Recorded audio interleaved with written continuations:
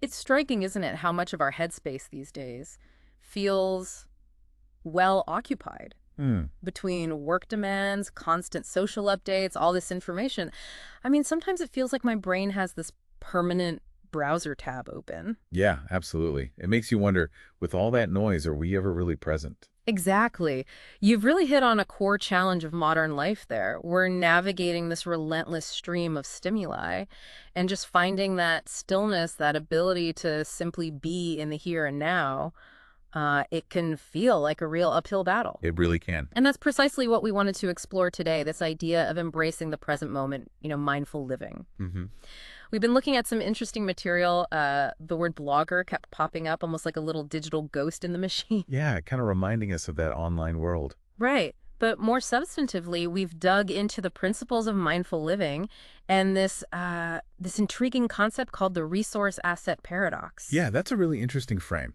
Our aim today is to really get under the skin of what mindful living truly means and understand how this shift in perspective could lead to some, well, powerful transformations for mind and body, just like our sources suggest. And the essence of living in the present, it might sound simple, but its impact is huge. Like the Hmm. text we looked at highlight, it's about fully immersing ourselves in the here and now. Okay. It's, a conscious choice to let go of past regrets and future worries. Okay, so let's get practical. What does that actually look like day to day? Because saying be present is one thing, but doing it when your mind's racing with to-do lists and what ifs, that feels like another planet sometimes. Well, the material really emphasizes tuning in, actively observing your thoughts, your emotions, even physical sensations. Mm. Is noticing what's happening inside and out without judgment. Mm. That awareness is really the foundation for creating that mind-body harmony the sources talk about. Like observing rather than reacting immediately. Exactly. Think of it like this. If your mind is a radio constantly scanning stations, mindfulness is like choosing one frequency and actually listening to what's playing. And this isn't just like a wellness trend, right? The sources indicate there's real science behind this. Oh, definitely. While ancient wisdom, like the Vedas and yogic sciences, knew this stuff ages ago, modern research is catching up and validating it. Okay. The material specifically mentioned a 2018 study. It linked regular mindfulness practice to measurable benefits, like lower cortisol The levels. stress hormone. Right, the body's main stress alarm. And also improvements in cardiovascular health. Wow. So it's not just about feeling calmer subjectively, there are actual measurable changes happening in our bodies. Precisely. And it doesn't stop there. The sources also highlight boosted mental clarity. How so? Well, when your mind isn't constantly wrestling with the past or future anxieties, it just becomes clearer, more focused. Makes sense. And that clarity builds resilience against stress and anxiety, Mhm. making it easier to handle challenges. It's almost like building a mental shock absorber against, the bumps of modern life. That's a great way to put it. Now, the sources also outline some specific benefits. Let's dig into those. First one, reduced stress and anxiety. How does just being present actually do that? Well, what's interesting is the shift in our relationship with our thoughts. Usually when we're stressed, we kind of identify with those thoughts, right? Mhm. Treat them as facts. Yeah, totally. Mindfulness gives you distance. It lets you see those overwhelming thoughts as just mental events, Hmm. like clouds passing. Ah, okay. Not the whole storm itself. Exactly. You observe them objectively, Yeah. and that naturally loosens their grip. It fosters calm. Observing the storm from a safe distance. I like that. Another benefit mentioned was enhanced focus and productivity. I know I'm constantly fighting distractions. Join the club. Right. Especially trying to work. How does mindfulness help tame that wandering mind? The link's pretty direct, actually. Practicing present moment awareness is basically training your attention muscle. You're learning to consciously direct your focus, one thing at a time. That mindful focus is a powerful antidote to distractions, internal or external. So less multitasking mayhem. Pretty much. Mm. Minimizing distractions, refining concentration, your efficiency naturally goes up. You do things with more intention. Definitely something I could use. And it's not just mental, is it? The sources also pointed to improved physical health, lower blood pressure, less inflammation, better sleep. That's quite a list. Yeah, it's compelling.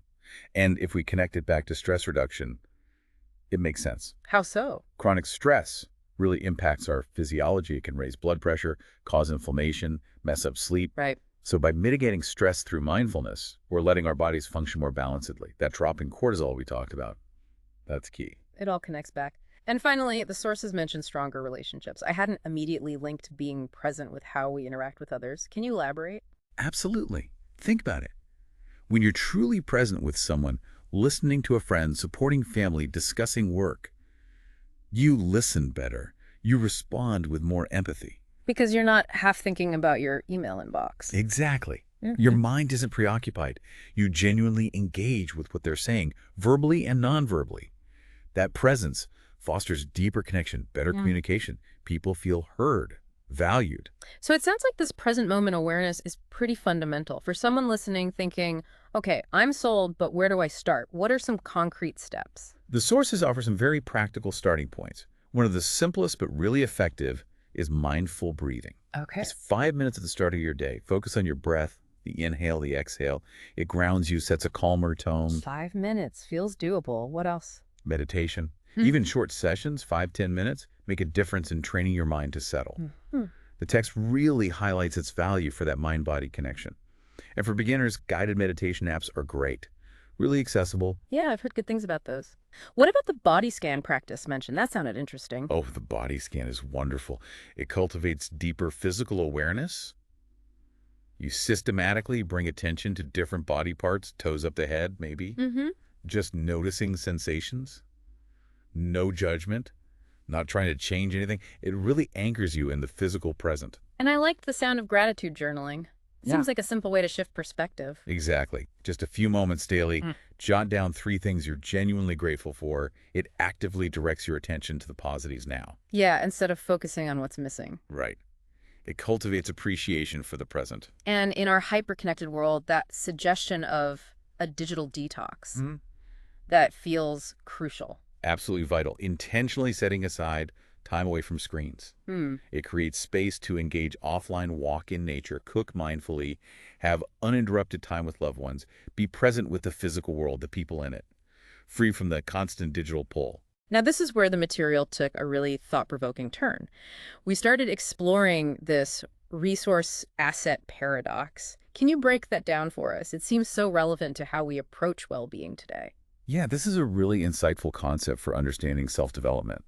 The paradox presents two contrasting ways to view ourselves, either as a resource to be used, potentially depleted for productivity, Like a machine. kind of, or as a valuable asset that needs tending, protection, investment for long-term growth. Okay, let's unpack that resource perspective. What are the dangers of mostly seeing ourselves that way? Well, the sources highlight that when this mindset dominates, external validation and productivity become the main drivers. Right. It can easily lead to self-exploitation, pushing ourselves constantly, often at the expense of basic well-being. Burnout central. Exactly, burnout, neglecting health, mental, physical, focusing only on short-term gains. It disconnects us from our inherent worth or true potential. Self-worth gets tied purely to output. Ugh, that sounds like running on empty, for sure. So what's the alternative? What does viewing ourselves as an asset look like in practice? The asset perspective is about self-investment, holistic growth, Hmm. actively nurturing strengths, working on limiting beliefs, prioritizing self-care is non-negotiable, Mm. and recognizing our inherent worth separate from achievements. Mm-hmm. It emphasizes overall well-being, mental, emotional, physical, even intellectual, taking a long-term view, focusing on sustained development, building resilience. But the source is also warned about pitfalls even with the asset view, right? Yeah. Something about perfectionism. That's a crucial nuance. The drive to cultivate potential can sometimes tip into perfectionism or harsh self-criticism. Ah, okay. There's a balance. Striving for growth, yes, but also self-compassion. Recognizing setbacks are part of the process, not holding ourselves to impossible standards. So how do these two perspectives, resource versus asset, actually interact? The sources mentioned interdependence, even conflict. What's insightful is they're often intertwined, and that's the paradox. The world values productivity, Yeah. pushing the resource view. Yeah, external pressures. But our long-term well-being, flourishing, depends on the asset view investing in ourselves. The conflict happens when we habitually prioritize the resource demands over our asset needs, skipping rest, self-care, inner life. All for external validation. Right. The key is awareness. Which perspective is driving us now? Can we consciously shift towards balance, align with our values, not just react to demands? And this all links back to the challenges of our modern tech world, doesn't it? Constant connectivity, pressure to be on. it feels like it amplifies that resource tendency. Absolutely. In this complex, uncertain tech landscape, just focusing on survival through output isn't sustainable. No. Recognizing the value of balance, investing in ourselves as multifaceted assets that becomes crucial for navigating challenges, fostering resilience, unlocking our potential. Now, to help navigate this and cultivate that balance, the sources outline some essential strengths for self-development. Can you give us a quick rundown? Certainly. These are key capacities for thriving today. Self-awareness, Mm. reflecting on values, aligning actions with purpose.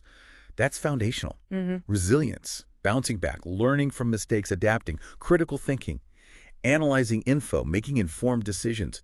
Emotional intelligence, empathy, self-regulation, interpersonal skills for stronger relationships. Crucial stuff. Definitely. Technological adaptability, lifelong learning, embracing new tools, authentic expression, communicating clearly, confidently, and sustainable effort, balancing ambition with rest and reflection to avoid burnout. That's a powerful set of strengths, and it's good to remember we're not alone on this. The sources highlighted support systems. What kind of resources can help with mindful living and growth? Yeah, we're lucky there. Technology and apps offer tools for mindfulness, meditation, learning. Yeah. Community networks, online or offline, provide connection support. Mentorship coaches, experienced guides offers personalized advice, accountability. Mm. Mental health services, therapists, counselors are vital for emotional resilience. Lifelong learning opportunities, workshops, courses help us expand skills. And work-life integration tools help find that balance. It's a lot to support out there. Definitely. Using these resources really enhances self-understanding, builds strengths, ensures sustainable growth. So, to bring this all together for listeners, what are some actionable steps right now, today, to integrate these ideas and move towards being more balanced and present? Okay, practical steps. First, acknowledge your inherent worth, value beyond achievements. Maybe try journaling for self-reflection, celebrate your I uniqueness. like that. Second, actively cultivate mindfulness. Mm. Breathing, short meditations, body scans, the things we discussed. Mhm. Third, set purpose-driven goals. Align them with your core values for deeper meaning. Fourth, prioritize holistic growth. Invest in mental and physical well-being, exercise, nutrition, stress management. Good sense. Fifth, build supportive relationships.